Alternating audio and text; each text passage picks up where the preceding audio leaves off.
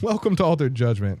Have you and your friend ever been drinking a nice crisp Irish cider while exchanging your baseball card collection, only to accidentally drop your cards in your drink? Now you're guilty of insider trading. Stick around.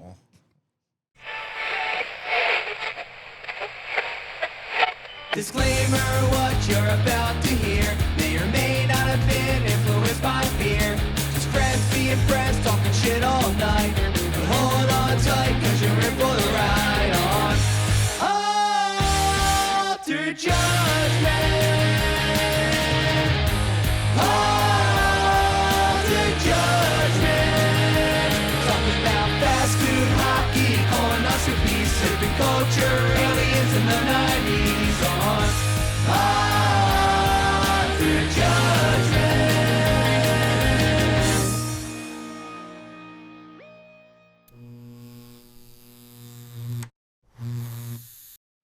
All right. Well, we said it last time. I'm back. He is back. I love this. Alex, I really got to thank you for having me out to do these couple episodes because first of all, I love hearing my own voice. You know, It is a great voice to listen to. Can confirm.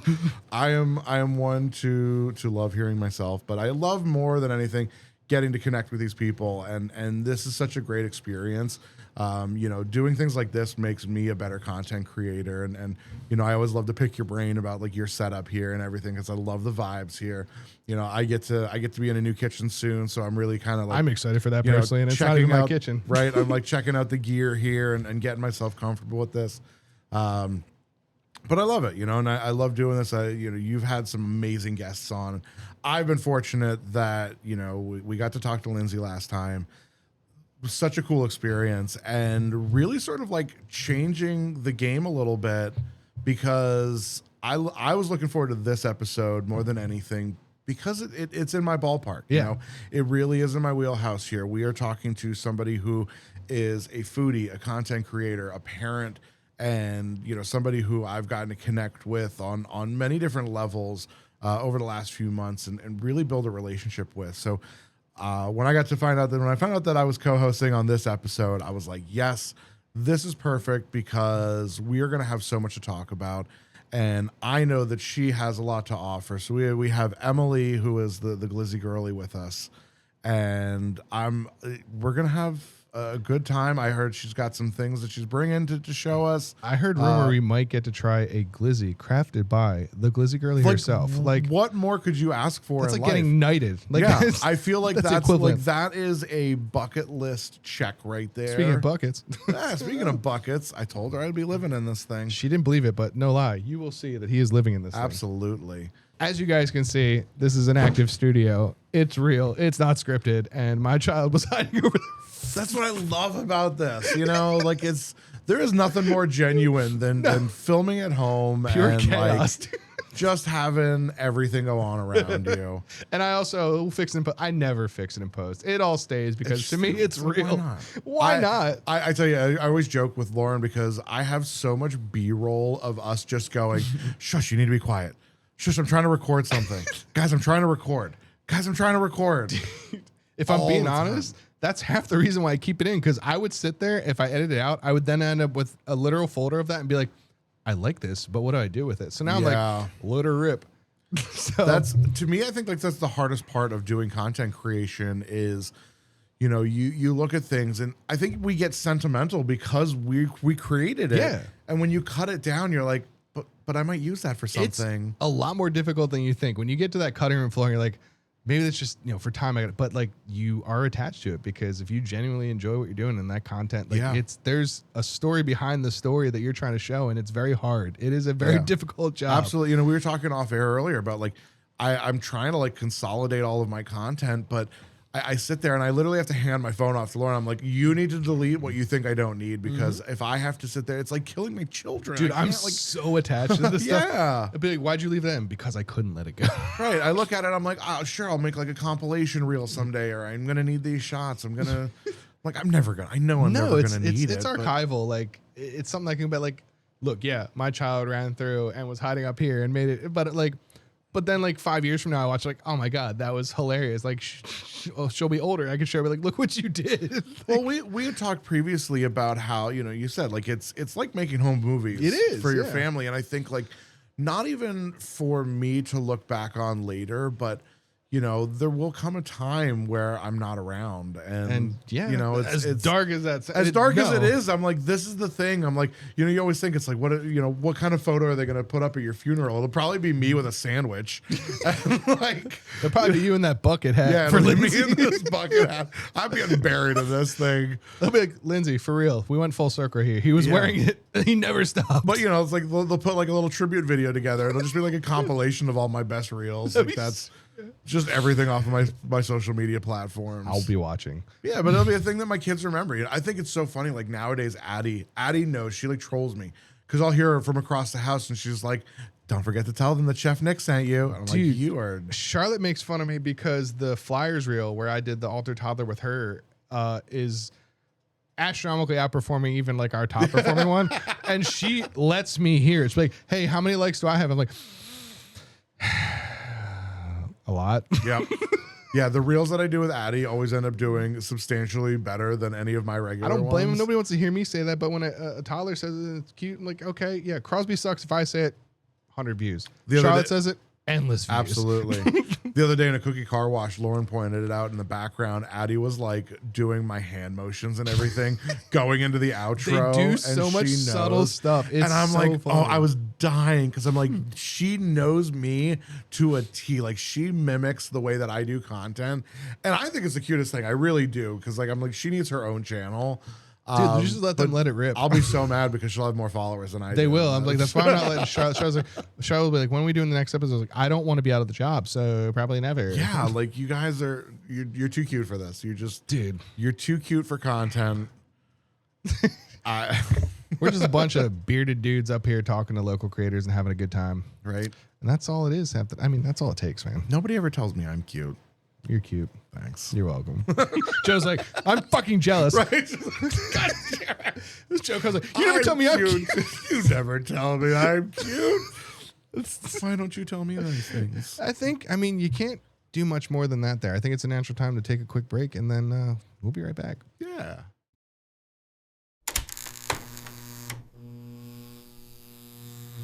So we are back, and you know what? I'm loving this. Right? I love this. This is adorable. And I'm not a Star Wars person, but I always say like, because as a Lego person, Oh, dude. I feel like I'm missing a mark because I'm not a Star Wars person. And I just love like the branding. I think it's always amazing. So yeah, this Mango Lorian from Neshaminy Creek. Dude, This fantastic. is a win. I love this. There he is. Little Grogu.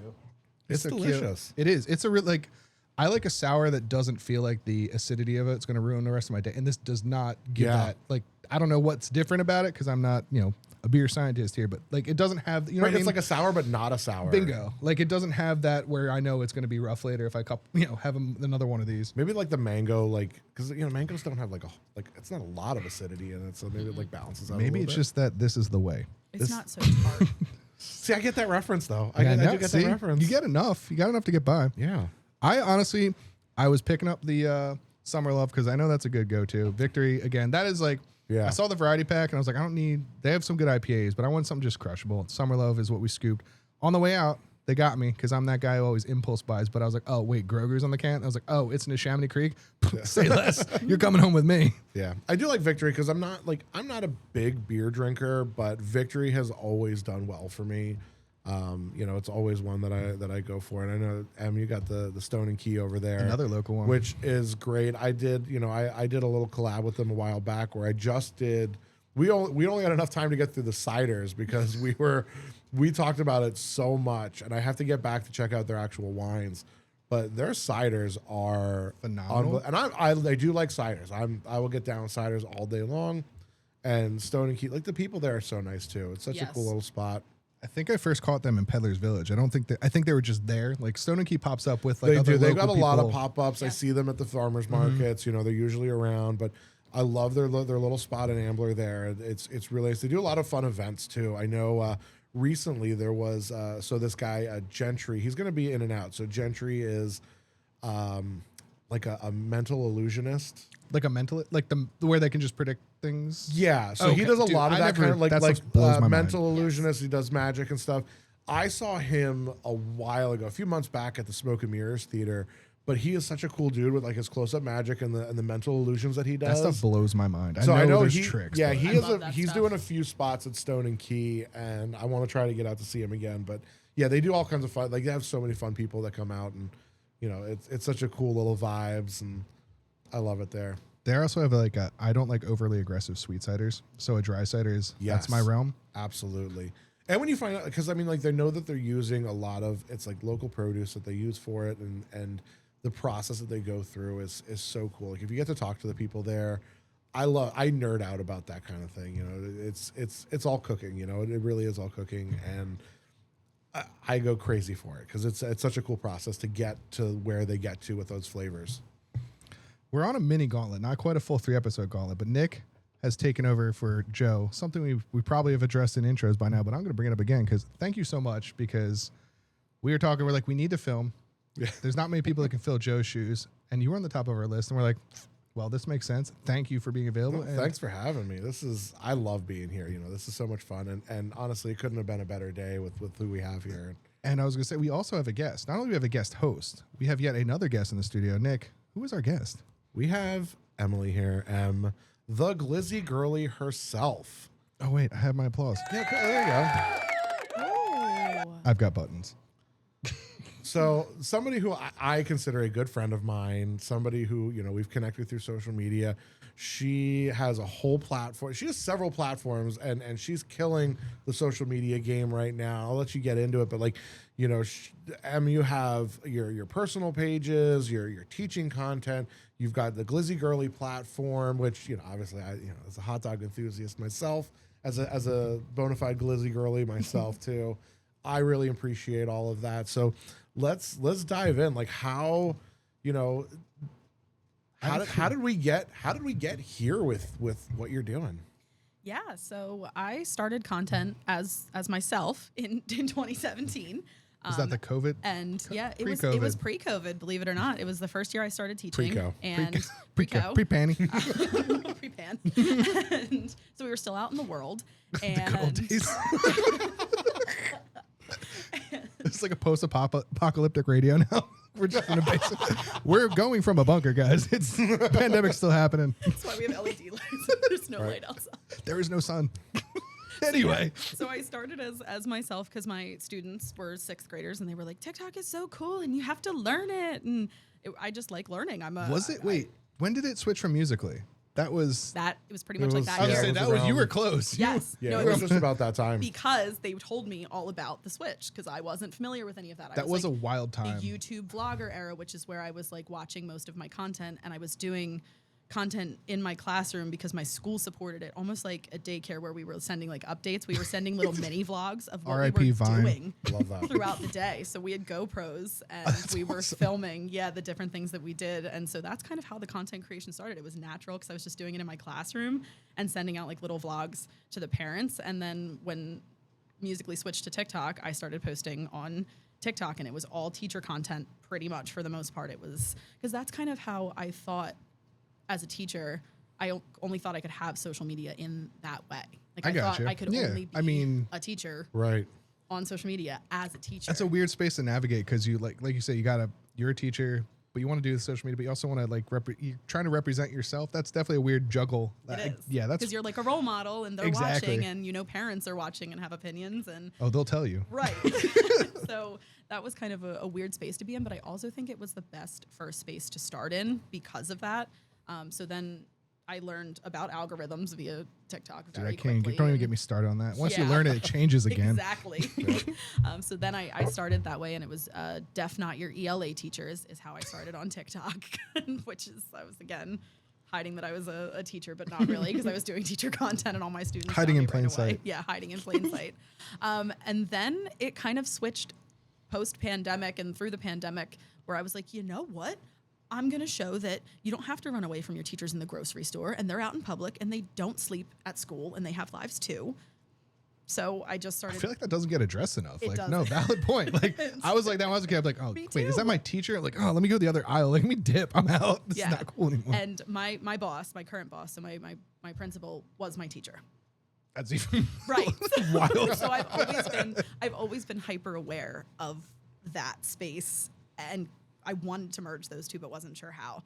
So then I just started integrating, little things and saying like it's PG content, and I've always worked in the community at camps and things like that. So I was always hyper aware of the many different eyes and age ranges that were on there.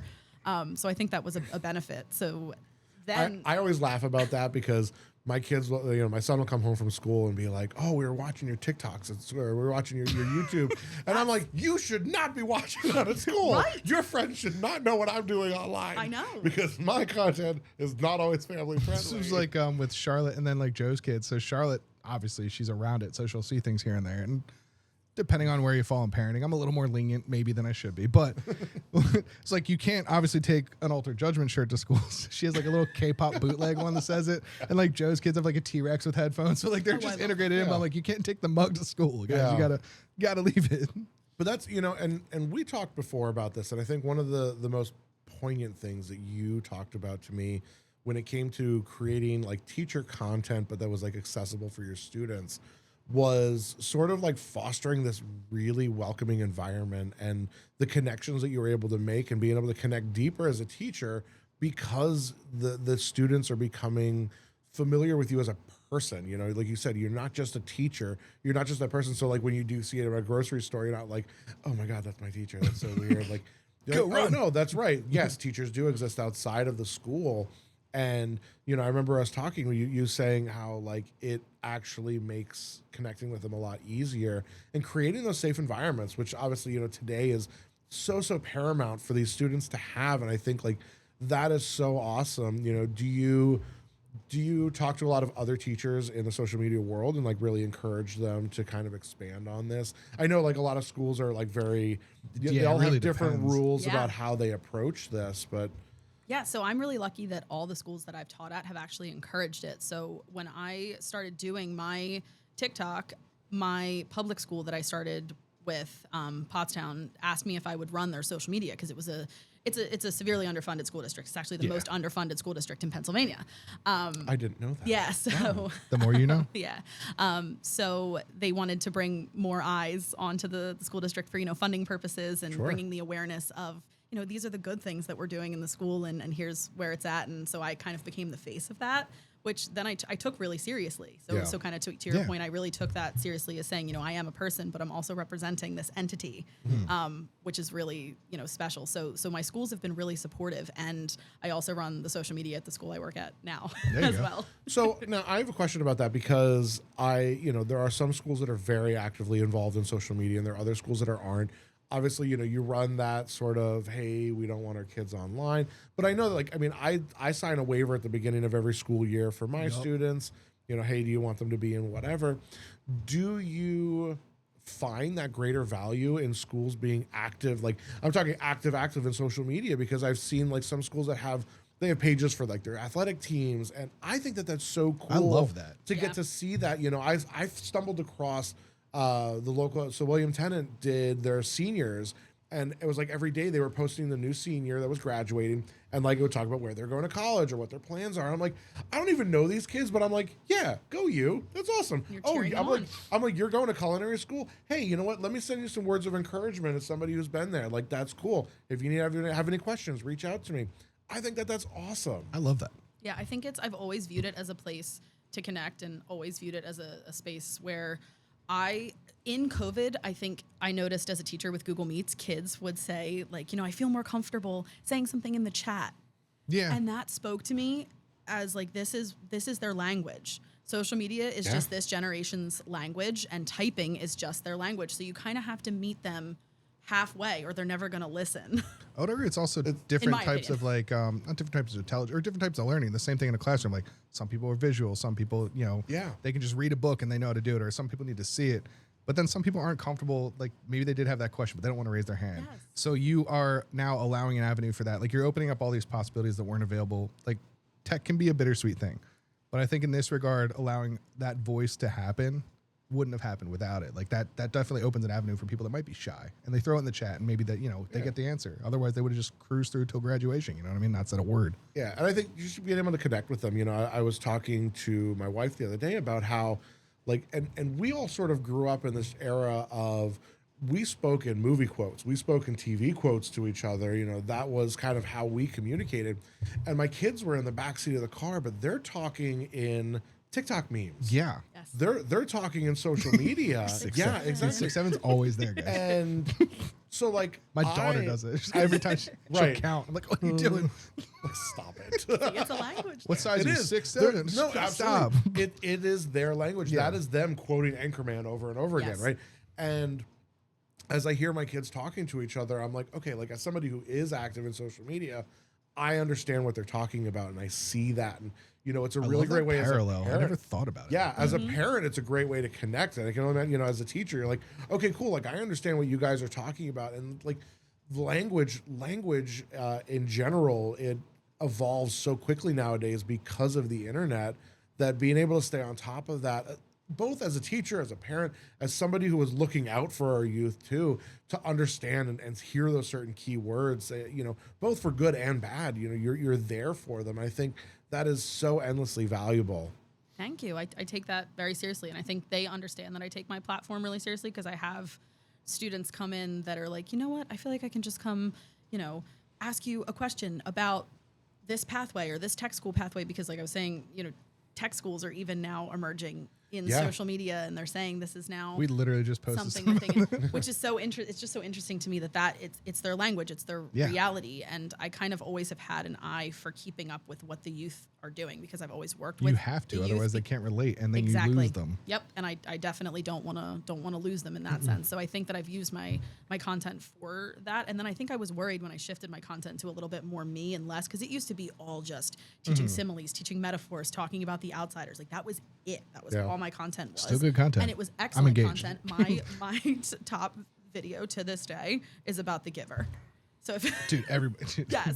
So it's just that, like, just because their language is now social media doesn't mean that you can't bring the things that we've known, and just because we quoted it in movie quotes and we reference things in different ways, they still are processing it in the same way that we did. They're just expressing it. So in a completely getting different access way. to it so much Absolutely. faster. I think I got my first phone at like 17, and it had Snake and my I had a parents' track number. phone. I had a track phone. I had the OG Galaxy. I mean, it might have been a Star at that point, but it was the OG Galaxy, like, or a Nokia brick. Like, Yeah, the Nokia brick, that was it had an something. internet button. I'm not sure what it did, because if you clicked it, it just really glitched your phone. I don't know if it was trying to connect. I don't know what it did, but it had the internet. Yeah, it did My not mom like still the has a internet. track phone. Classic. Still has a track phone to this day. Hey, it's a burner. So, and I also think social media makes things accessible to everybody, because even though my main content was just for kids, I also then had parents commenting like, "Wow, I didn't really know what a preposition was, and now I do because I'm watching you do it." You know what? It's funny is when I watch those videos that you do sometimes, and I'm like, I get reminded myself. I'm like, oh, that is a literary device. Well, think I about like it, that. like, That's Kids really don't nice. have Schoolhouse Rock or any of the stuff we had. So in reality, it's the same. It has to be around Yeah, us. it has to Do be. you find, so as a parent, my son is going into middle school now, and I sometimes struggle with communicating with his teachers, for a variety of reasons. Do you find that parents find it easier to communicate with you because of makes putting sense. yourself out there like that? Yeah, I think because they can put a face to Yeah. the name, it makes it eons easier, because then they feel like they have now, it's kind of a parasocial relationship, but then they feel like they have a relationship with you, which is a good thing. That's what I'm going for. So to me, it's not parasocial, because I'm aiming to build the community in that way, and I want those emails and those reach outs. But I do think it makes parents put a face to a name, and that I think that's what a lot of this generation and just human nature is missing right now. So if they're like, that's what that teacher looks like, and that's what she does, and you know what, she was silly about that, then they feel like they can send an email asking, is that grade right?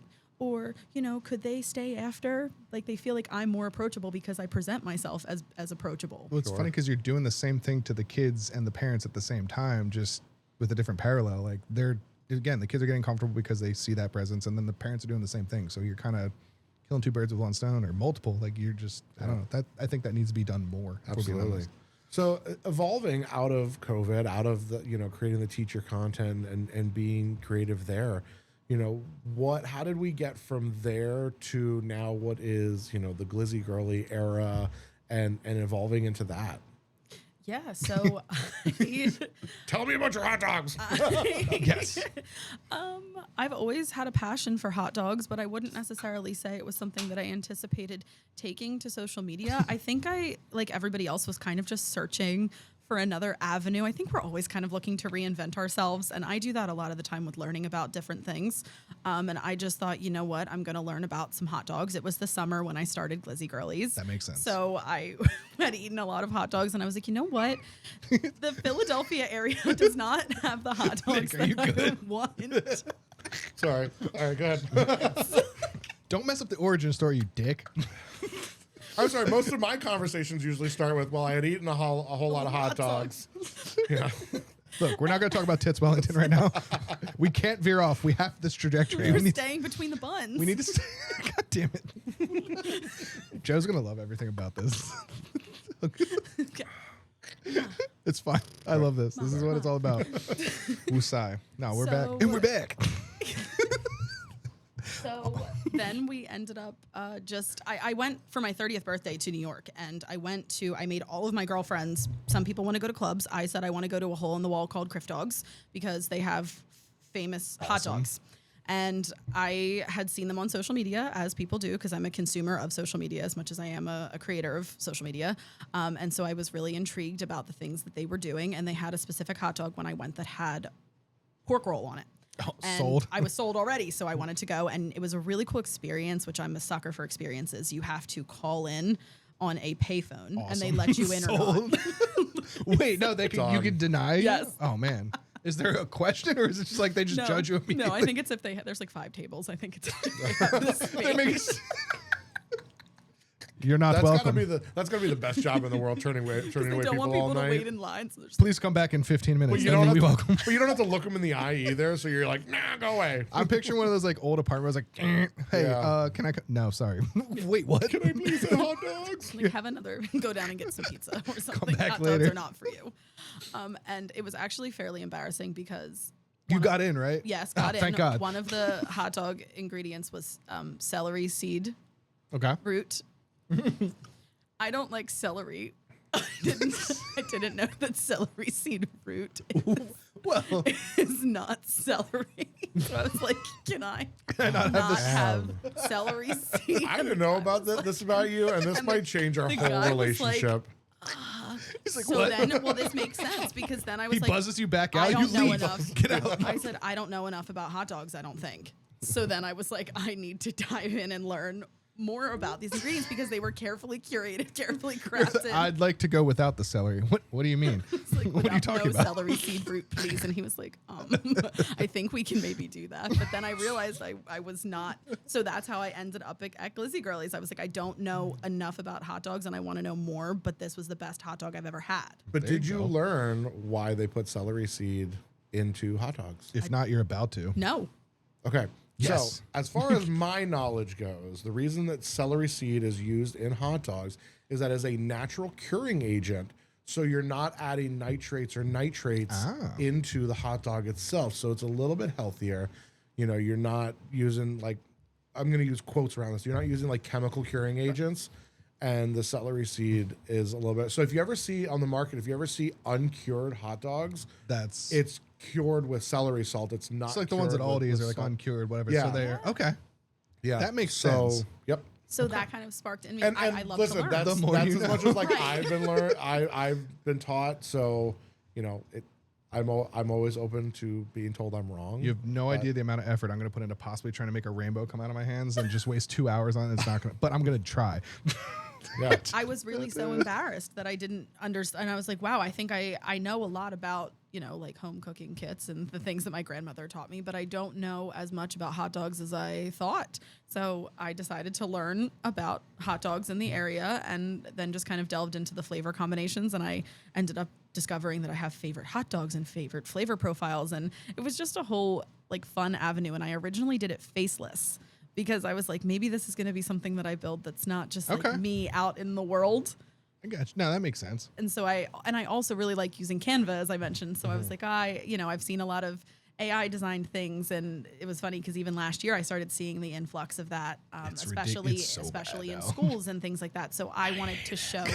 So I wanted to show in different ways, like this is how I create certain things in Canva. Like you can still, it's not that tough because I am not. It just takes a little bit of time, guys. Right. Look, it's not as crazy as you say. And I am not. You guys saw. You don't have to be. I can't use the microphone. I can't park. I can use Canva.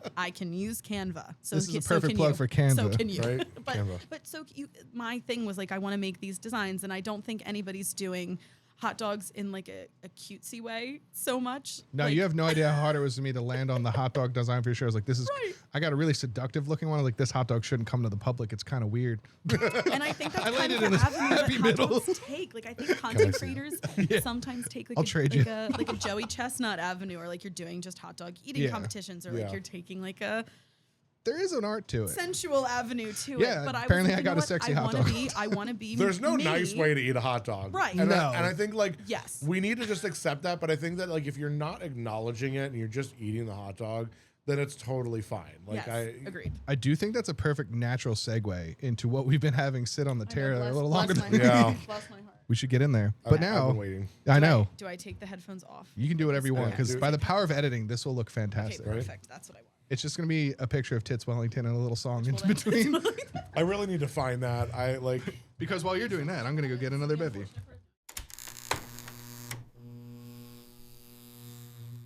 All right. So, All right, so we're gonna dive back in here. We obviously have these fantastic creations in front of us.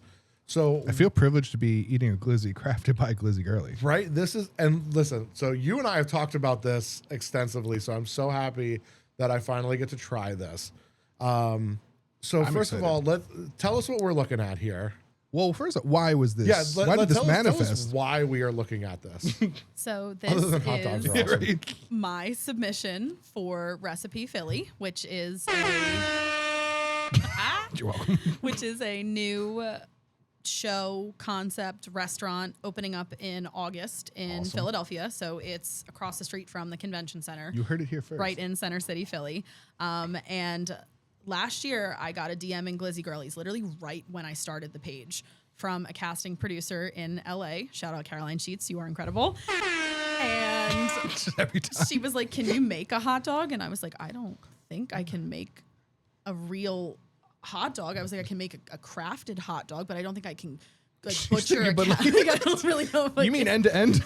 like, I don't know Come if I on, can you butcher. don't stuff your own hot dog. I don't want to learn it that much. Jesus. God. So she essentially was like, "Yeah, like let's give it a go." And I actually ignored the DM for a couple of days because I thought it was fake and did not believe it was true because I had just started the page. And then I, in the middle of the night, looked up on LinkedIn that she is very, very real. And You're I like, was like, "Damn it." I literally DM'd so fast. I was like, "I'm so sorry." It was like the meme. I thought you were a fraud. I thought you were AI. Is that still open? Remember that time I ignored you? Can we So- cycle back? In a few days, I then had to craft a glizzy of my own. So the Glizzy Girly has the Betty's Slaw Dog. So this is Love it. a glizzy with my grandmother's coleslaw recipe on nice. it. It's been through generations, so it's hand grated. It's is a used generational hot dog right here, It Nick. is. And then we've got barbecue sauce, frizzled onions, kind of like a play on pulled pork. So I'm a barbecue person. I love barbecue flavors. Got a little spice hiding in there. And I've seen, we got pickled jalapenos also. That's the optional garnish. And I've always kind of been messing with home chef kits and like different flavors, but I wouldn't consider myself a chef until this came along and I got to have my creative side come out. So I still wouldn't call myself a chef by any means, just because I get an apron to be on the Chef show. Glizzy Girly's new page. But yes, this is my submission for Recipe Philly, which is a show that I'm filming for, and I'm hoping to get a spot on their menu of the Yeah, 'cause flagship restaurant. It is a contest, right? Like, so Yes. this will go up against. So Two how other is that dishes. structured? Okay. Yeah. So okay. Yeah. Well, I mean, we only have this one, but I mean, I might have a bias, but Yeah, So I go up against We two other going in. dishes. I don't know what it is, but we're yeah. going in. going All in. right. All right. Okay. we going for it. Oh wait, do I need Viv? You guys can go. I'm gonna queue up some Viv. There's no elegant way to eat a hot dog. There is when you play Vivaldi. as you cram the hot dog in your face. Dude. Relax the throat, lower the tongue. But you do all that, I just let it go. This is the coleslaw. Oh my God. Not just saying that to say that, like, Yeah, like, okay. like,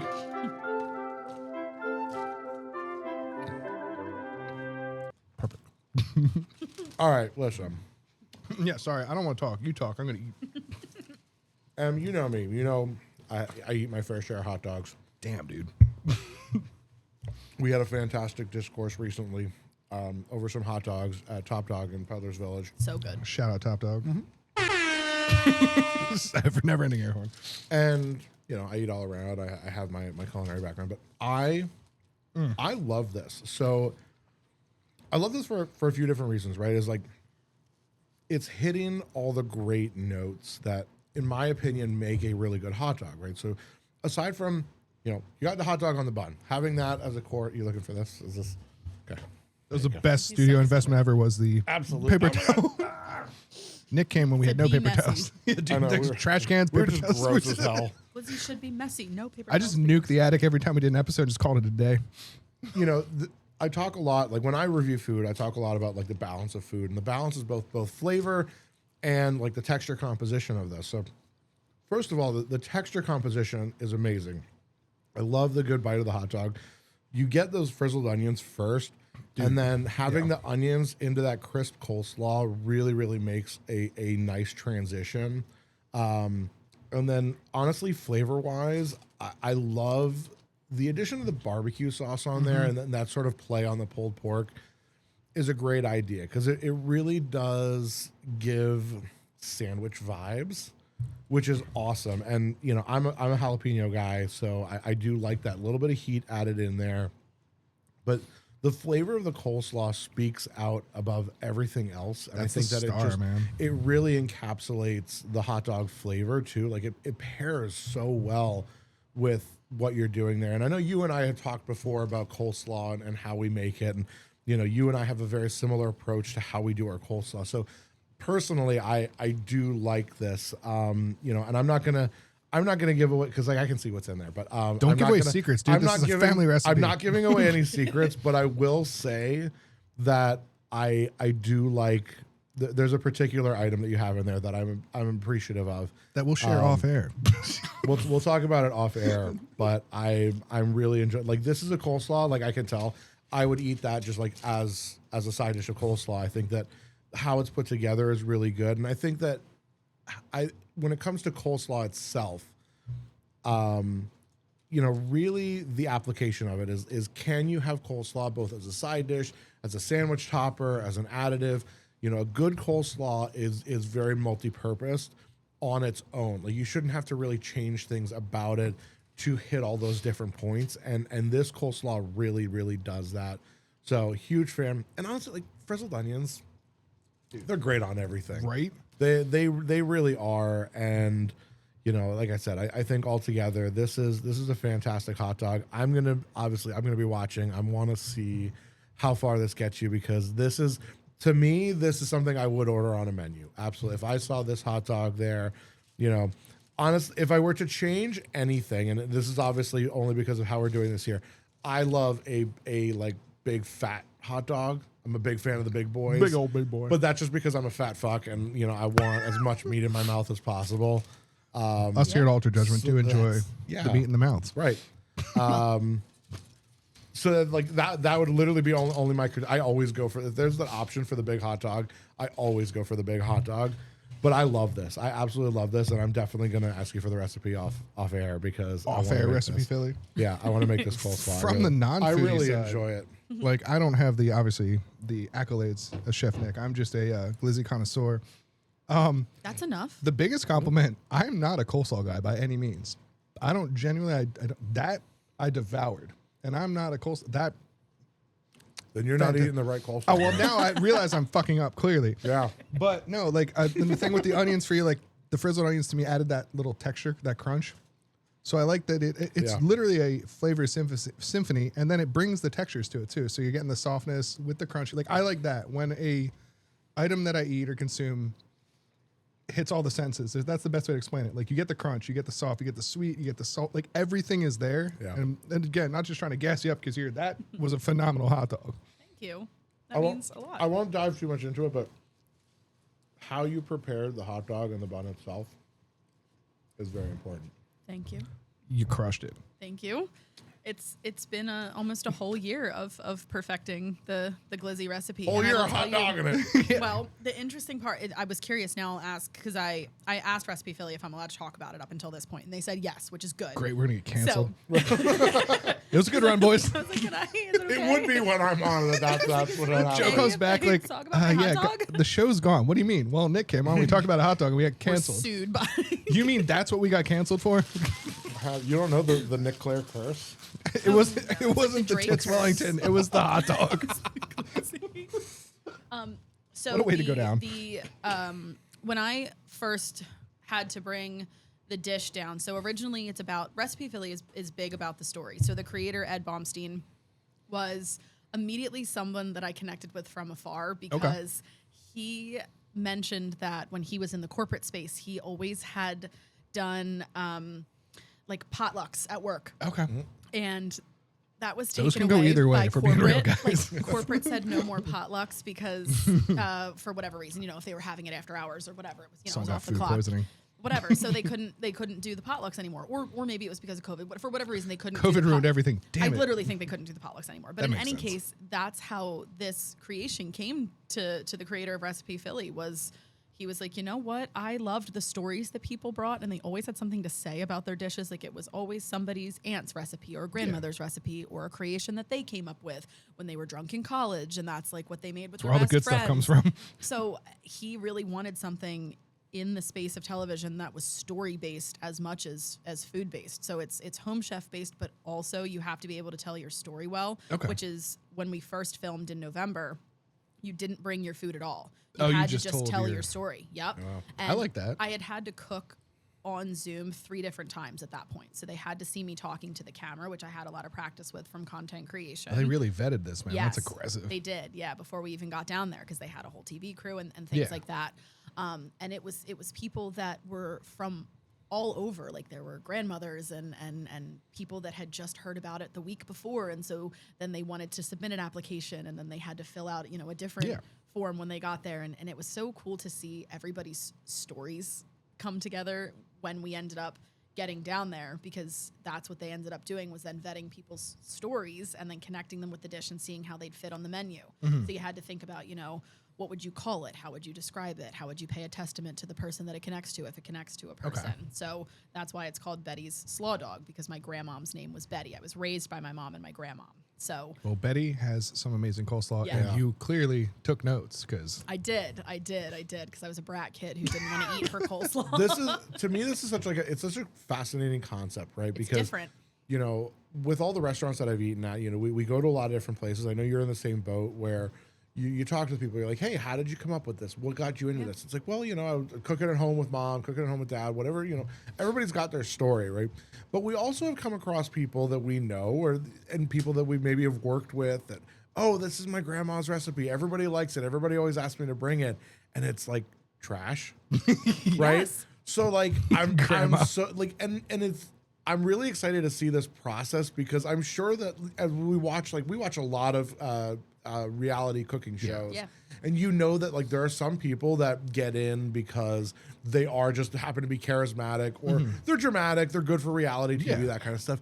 But I'm like, I want to see those recipes that are like, well, this is the one your friends never told you that like wasn't good, because I want to see that happen too.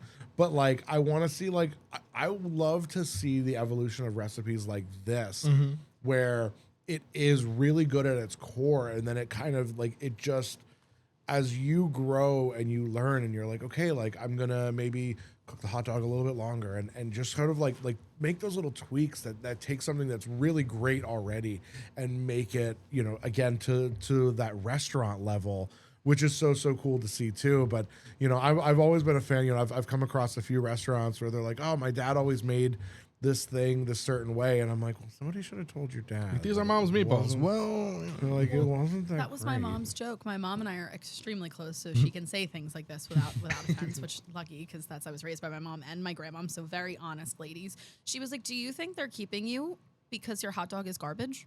oh, that's so mean. So Dude. my mom doesn't eat meat. Which I was like, "Mom, you have not had the hot dog." Like, bro, it's half the battle. So then I made it Yeah. for her on a turkey dog, and she's like, "Oh, they're not keeping you for that, then I don't think." But my mom is very honest and a critic, which is good because sometimes I we think need those she people in our speaks lives. to- Honestly, and yeah. she speaks to the fact that sometimes there's just recipes that are not what you want. Like we have multiple coleslaw recipes in our family, and there's a reason that people ask for Betty's recipe at certain family Like events. Susie's coleslaw sucks. You know, and we're not going to say that, but there's a We all, reason Betty's and you coleslaw's know, top I tier. won't put anyone in my family on blast, but like, you know, we all have like those family functions where it's like the person like, everybody always asks me to make this, and I'm like, listen, like it's the equivalent of asking you to bring napkins, like Jello with you- fruit. You're known for it. Yeah, you're known for this thing, and Well, I think the coolest thing about this conceptually for me is because when I make a decision, I mean, when you go to pick where you're going to eat, whether you're going to take out or you're going to physically go to a restaurant, I look at multiple things before I make that decision. You know, the way they portray themselves visually or the way they're handling things, or even like you want to feel a little connection to it because at the end of the day, you're spending money on something. You want to support something you support by, you know, the contribution there monetarily, but then that kind of translates into the food. So for them to do this show, starting with the story and having that be the anchor that you auditioned with several times before you even brought the food into play, I do like that spin on it because I don't think any show does it like that. They're really forefront with like, this recipe has to slap. I don't care what the story is. right. Whereas this kind of sounds like it's story centric, and I really hope they stick to it, and we will see. But it sounds interesting. I love that. I do love the vibes about it. I love that concept. I mean, for like, I go to eat everywhere, so I usually don't think about that kind of stuff ahead of time. That's the type of thing that would sell me on it Yeah. after the fact. When I get there, I'm like, oh, this is really cool. But I think, and I will say this about your hot dog, like, and this is no BS because we're friends or anything, but seriously, like, if I had that somewhere, if I went to whether a hot dog place or a restaurant that had it, like, I'm going to try it. That is something that would stick with me, and I'm going to go. That's No something joke. that would be a reason to go back for sure. You know, and and you and I have, again, so we've talked about this sort of thing where we have certain items that we're like, this is the place that I go for this particular thing. You know, we all have our spots, but that would become one of my favorites. I also am a sucker for like, I don't want to say elevating ingredients that wouldn't necessarily be considered elevated ingredients versus getting like the best cut of beef and executing it well you started with the best. Like, I'm not saying hot dog, but you took that hot dog and elevated it with the things you added to it. Like, that conceptually for me is awesome too. I think there's elegance in the simplicity. Yes. And that is really, you know, I am a big, listen, there's all the trends. You got like the caviar trend right now. That's going Yeah, on. they're dumping that on everything. I think McNuggets. I think we Gold finally. foil. Well, I think we finally starting to move away from gold Gold foil foil is on bad for everything. us. That's so. It tastes like garbage It's too. Like if so you've never bad. had, No, it's it's so awful. So if you're like, like stop doing that to jack the price up another $100. It's stupid. Do this golden wing. Oh, I it tastes want- like shit. You know, and this is why, like, I tend to stick in the suburbs. I stick with the places that I do, and I know that you feel the same way. Yeah. Is I want just like really good home cooking. I want to feel Yeah. like I'm at home, and I want that. I want the elegance and the simplicity of it. And there are definitely places around here that execute that, but you know, that is something that I could see on definitely like the better restaurants in this Yes. area that are doing that. You know, I mean, like, listen, I will probably end up like stealing that concept myself and making something at home. So, Yup. you know, that's because that's what I do. No, it was it meant, phenomenal. it meant the world to me that you pointed out that it tasted sandwich-like with the addition of the coleslaw, because the age-old question, is a hot no. dog a sandwich? Uh-huh. And there's a reason I'm asking. So I'll pose the question to you first. Sure. Is the hot dog a sandwich, do you think? I think it depends on the condiments and other things added to it. We'll take it to the level of sandwich. At its face value, I would argue it's not. Like just a base hot dog bun, nothing. I don't know. To I me, agree. once you start adding Okay. things onto it and layering it, because to me the sandwich is layers. Okay. I know we'll. No, this is no. good. So I go off. Go. There's a chart. I'll send it to you so you can put it up there. I'm right? curious now. So there's Yes, I will there- hang it for sure. There's a chart that basically breaks down. It's based off of where the carb is. Okay. So, you know, like bread on top and bottom, that's a sandwich. Bread around falls into like the taco category essentially. Yeah. Fair. So you could call it the taco category, You the could, yeah, yeah. subcategory, whatever that is, right? foldable. But it really depends on where, right? So like a Yeah, like to a me, burrito. sandwich is that aggressively. But yeah. but in this concept, right? Like sushi becomes a burrito because True. the carb is wrapped around. No, you're right. You know, if you're looking at like a sushi roll, that becomes a burrito.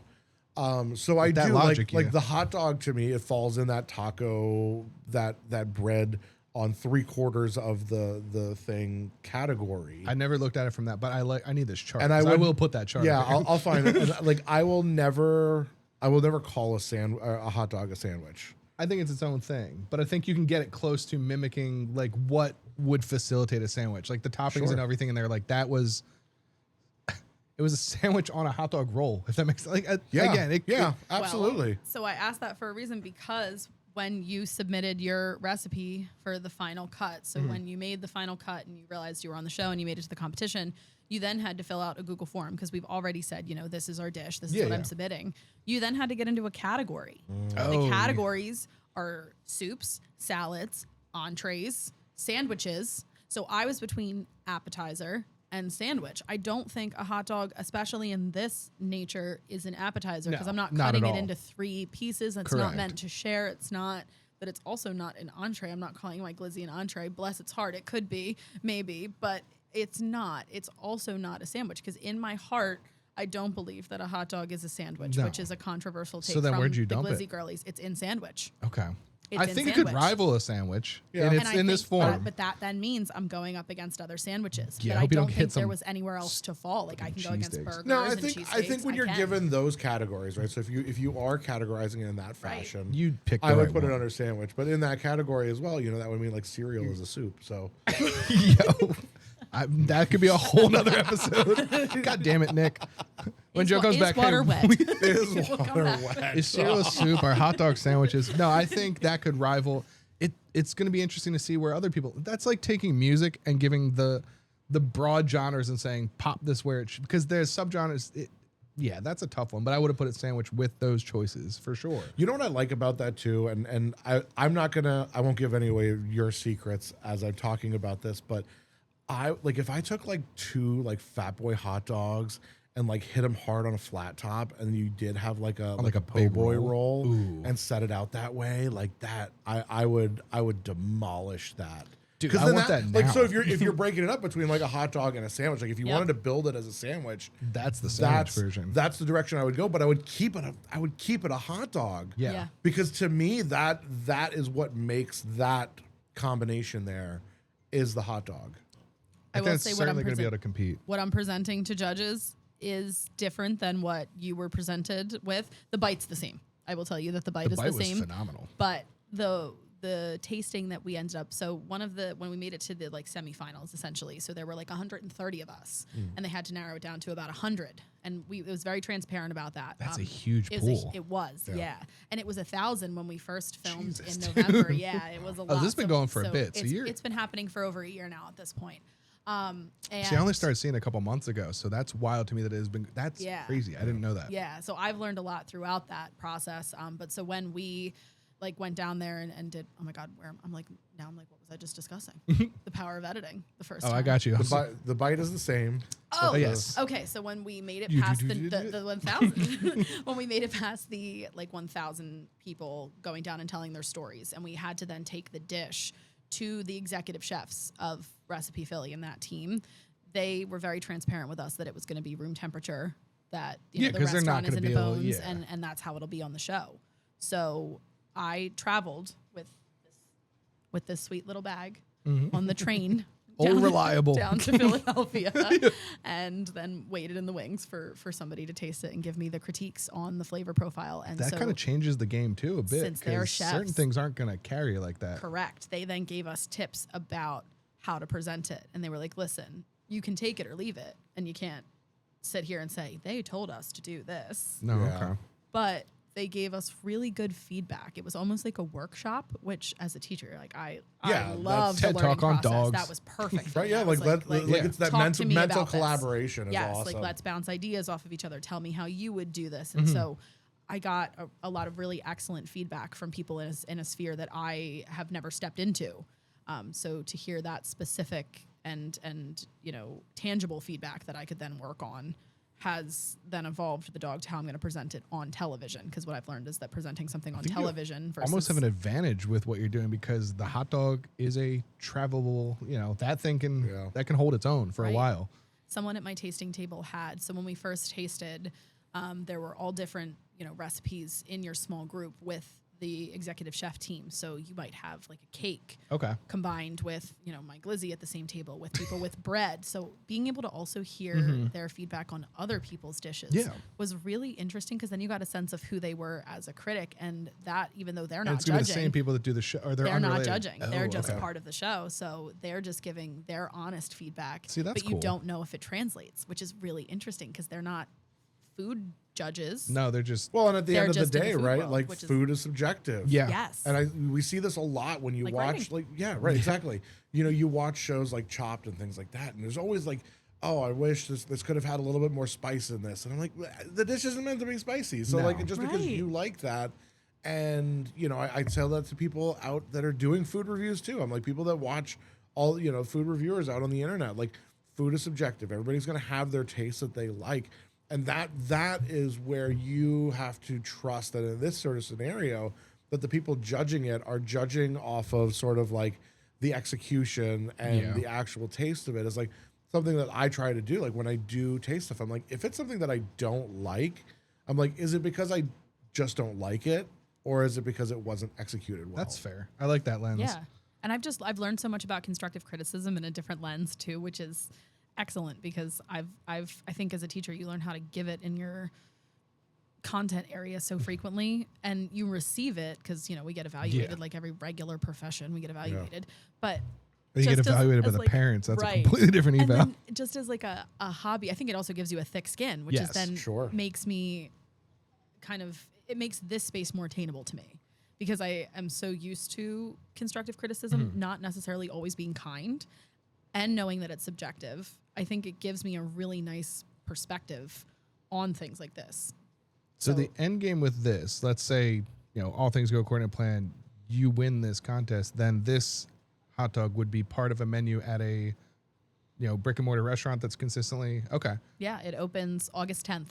So then it would just be, so I'm assuming there's going to be more than one winner because they can't open, like if you won, they're just open a restaurant with your hot dog. They're going to do from the categories. Like they're picking one winner from each and then opening the restaurant. So there's, from my understanding now, obviously it can shift, but the last touch base that we had, there were about 100 of us competing in the competition in groups of 3. And again, that can change, but there were going to be about like 35 to 40 dishes on. Yeah, because you need a whole menu at that point. Right. So out of 100 of us, which again, it made sense. So it's multiple per category. Right. There would be then multiple. So you would have like 3 that are in the sandwich category that would competing. Make it a menu. But there might be like 3 different pods of 3. Gotcha. Yes. Yeah. And in the entree, they might put the fish dishes against each other, or they might not. They might just put different. Right. It depends. Do you know, like, are there any other like perks to winning? Like, do they like a lifetime supply of glizzies? Yeah. So I believe you get $1,000 if you win your category. Nice. And then you move on to another round, which you can then win top prizes of $5,000. Okay. So eventually you get out of the sandwich category and go against everything. Yeah. Okay. Or you could then, I think, best in show. Right. It's almost like yes. But you could, in theory, still be a winner in like the sandwich category. Maybe not get the dub and the 1,000, but you could still be on the menu because it sounds like they're going to pick. Yes. Okay, so You could be there's like a multiple special. avenues. Okay. Yeah. Very cool. So I like that. it's kind of interesting. Yeah. It's nice because the community in the recipe Philly sphere we've all kind of been in this for a year, we've all kind of connected. And now I have a friend who makes chicken cutlets. So shout out Uncle. He's like, I don't want to go against you if I have to make a chicken cutlet sandwich. And so then I'm trying to think what I was going to say. I totally lost my train of thought. Cycle back. Nick, take it away. they let us speak, which is crazy. Like they let the contestants talk, which I think is also different than. Oh, I know where I want to go. Sorry. Yeah, go ahead. So I'll segue back. So, obviously the competition is the big thing you've been focusing on now, but obviously you've been in the glizzy space. Now, if you had to pick a Mount Rushmore, so your top 4, no specific order, what would those be after your journeys thus far? I I had it on my notes app, so now I'm just gonna try to remember it. Let it from, rip. from memory. But absolutely, Nifty 50s, Texas Tommy. Dude, that was one of my favorites as a kid. I used to. So fire. It's still good. So good. And it's a fat boy. It's Fat Dog. Yep. Fat Dog. I love the enough classic cheese. vibes of the Nifty 50s hot dogs.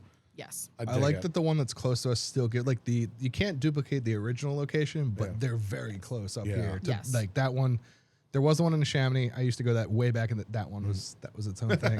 Let's not talk about that. But no, that one was not. It didn't vibe the same with the mini golf and anything. It was like Happy Times meets Nifty 50s. Yes. But the one that opened up here is as close to the original you could get without being there, and Yeah. they execute, and I love that environment. Yeah, I agree.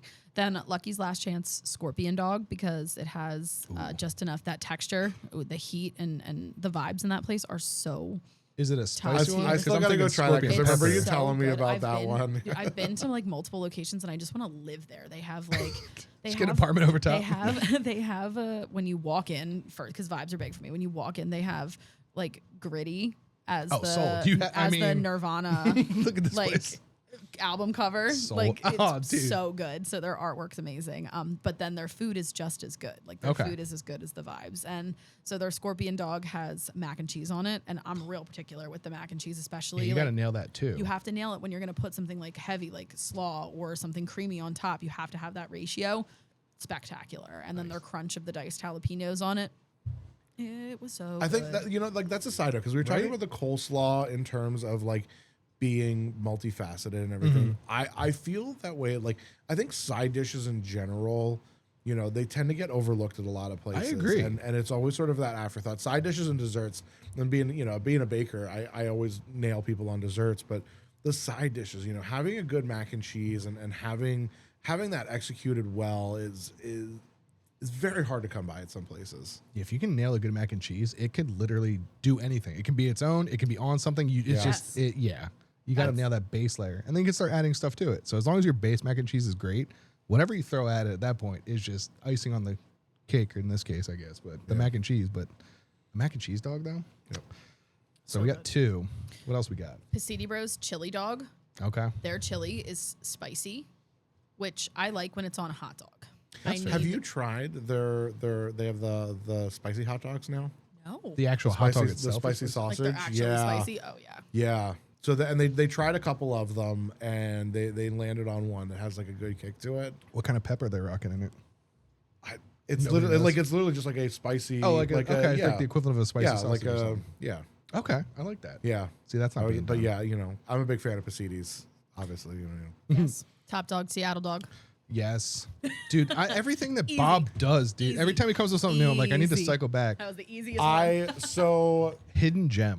I don't know if I can say on here, but I do know that he has a couple others that are coming out soon. I'll just censor it. Just let me know. I got you. Fam. I know. I'm nervous that I'm like sharing mine. 'Cause I'm like, Slaw Dogs are popping up, but not in the way that Yeah, I'm but- like, huh? I'll be like I haven't really. No, it's not. I've done my research. Yeah. Me either. It's also a great summer topper for a hot dog. Like For I sure. like that temperature break, like that cool, crisp coleslaw with that. Just as Well, and I believe that, there are foods that I think that I want to see people look at what we consider seasonal foods, but understanding how to make them non-seasonal. I agree. And It's hot versatile. dogs. I think that hot dog and burgers like are very much in that category. Like everybody's like hot dogs are for the summer, and I'm like that's bullshit. you can do them anytime. You can have hot dogs all year round, especially because everyone's like, oh, chili dog. Like go with like a stronger fall chili for the you're hot tailgating? dogs. Yeah.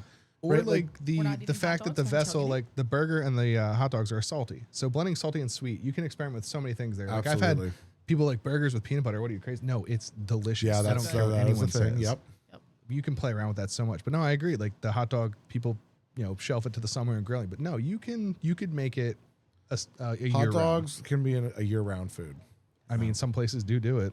Yeah.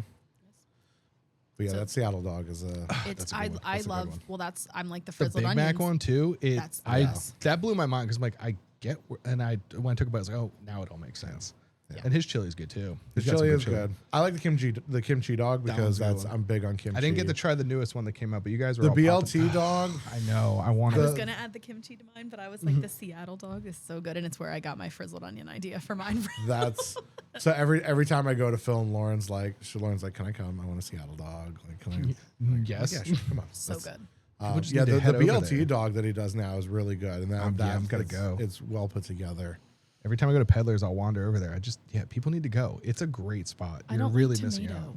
I'm a Tomato? freak, and I don't like tomato. Oh, you're one of those people. That's right. I That's- know, yeah, and it's- it's sad because I think it tomatoes takes are away. yucky. You're a grown adult. I know, Eat a tomato. I know. It takes away from Come so on. much of my experience too. Eat a Like damn I'm not tomato. even like embarrassed. I'm like I know how sad this is. with Like, that I can't stuff, just though- grow up and eat a tomato.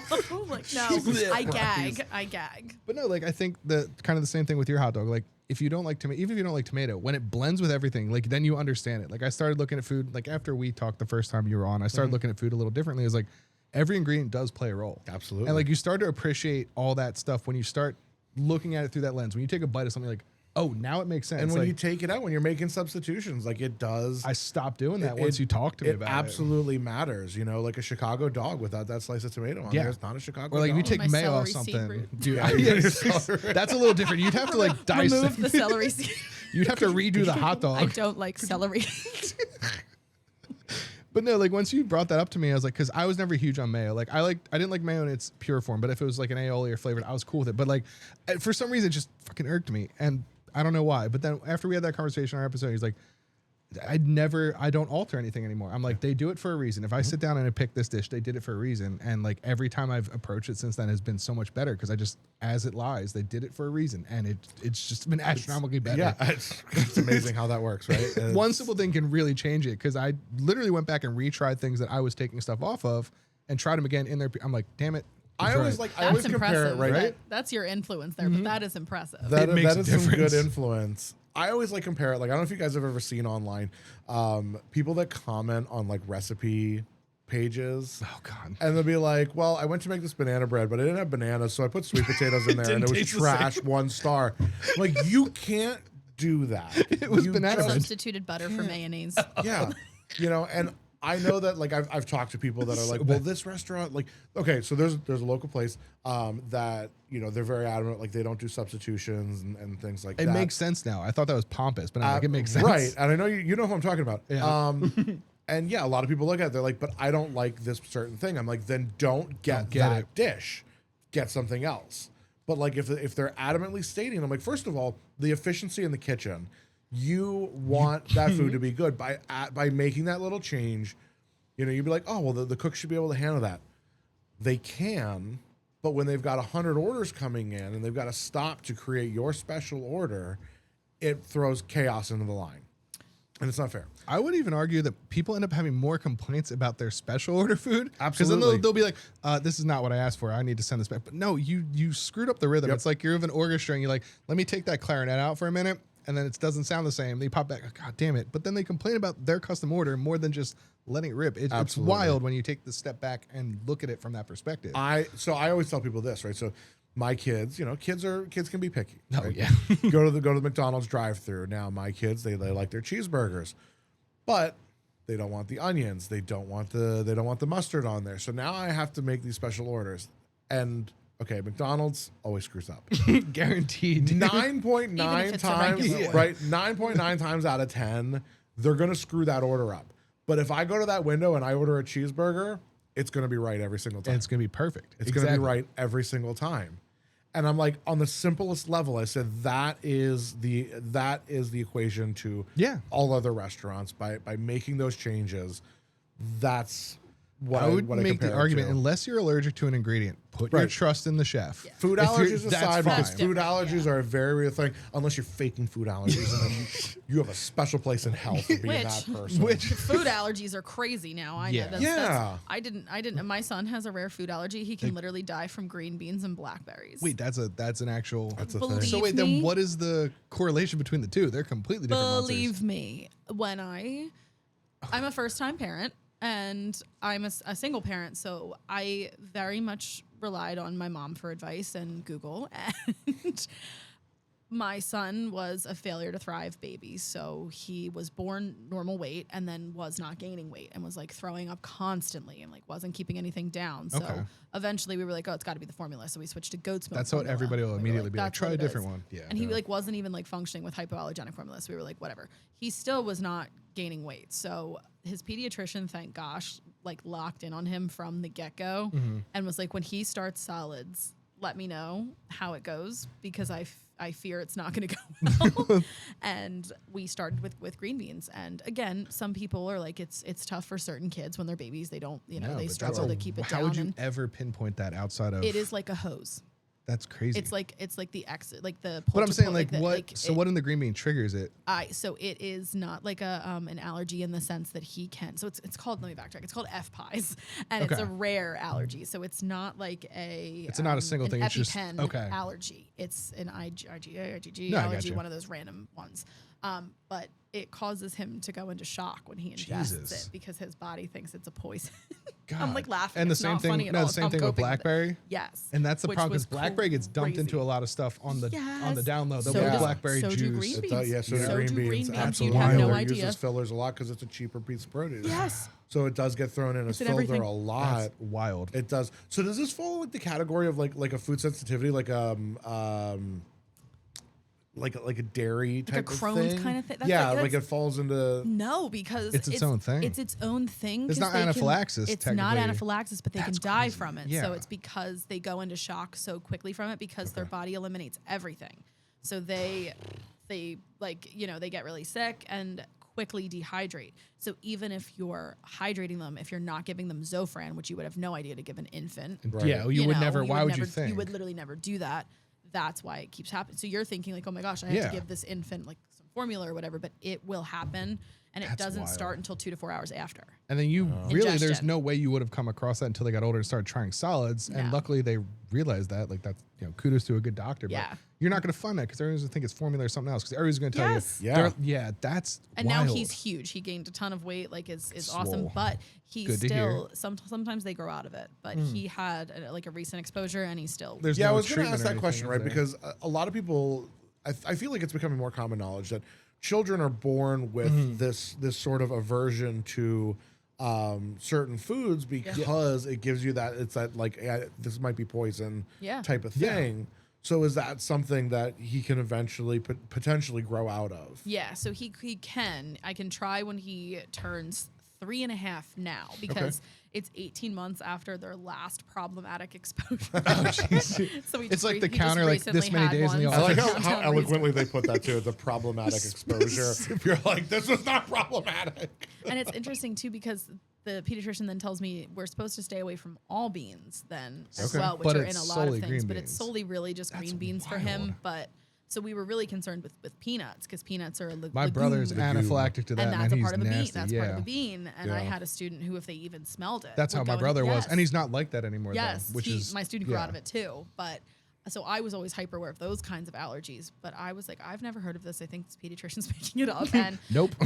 it's not. And it was so scary when he would go through it because we had no idea like why he was reacting to it. 'Cause But again, it was in every- filler. Like it was yeah. fillers and stuff. That's Well, what and it was. it's amazing how quickly like the food allergy scene has changed because Yes. so I went to culinary school back in 2009 was when I, Throwback. yeah, right. So back then, when you- dinosaurs roamed the earth. He's cooking literal brontosaurus burgers and shit. seriously. So the first thing that we do is we take we do our food safety Yeah. certification, and through that, like at the time, it was like, all right, like here's your like 3 main food allergies. It's always like peanut. Yeah, it's like peanut, dairy, and Yeah. and gluten. They're kind of like the big ones that they put out there. And now there's like if you actually look at it. So I looked at the test recently, and I think there's like the 8 main food allergies. Like allium is a big one, and a lot of people don't know about that. And I've actually had to like educate people because I'm like, you need to know if you have onions and garlic and stuff and things because of the allium allergy. Yeah. This is a fun way to segue into that. I found out that I have strange allergies in that sense because, and you're going to giggle because this is hypocritical. So let's do a little bit of a. Do it. There's sulfites in cider. I'm a big cider girly. It's basically all I drink. I don't like beer. I don't know. I drink a lot of cider. Cider Fair. has sulfites. I have a sulfite allergy, which coincides with allium. Yep. Okay. So I struggle with things like onions, garlic. Yeah.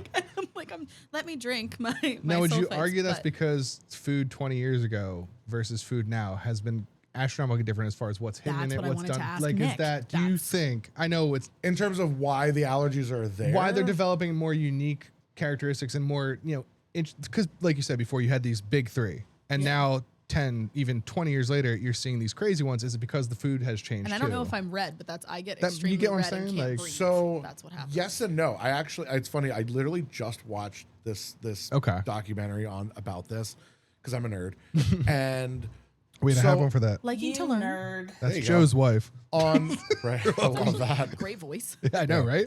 On one side of it, we have more categories for the allergies because scientifically we're able to study Okay. them and see where they're coming from and understand where, Gotcha, like, that really makes sense. pinpoint it. However, there's still no definitive correlation between, like, they were like, well, all these kids were eating peanut butter sandwiches, so that's why they have peanut butter allergy or peanut allergies. Okay. And there's actually no correlation between It's completely that. unrelated. Yes. There is still currently no definitive scientific evidence as to why people get food allergies. Yeah, because Yeah. my mom is not. My dad is anaphylactic. My brother was, and now he's obviously can't eat a peanut. But it's not. When we found out about it was because someone was eating a peanut butter table, and it happened. But he's not like that anymore. But he can't consume it. Right. So like I don't.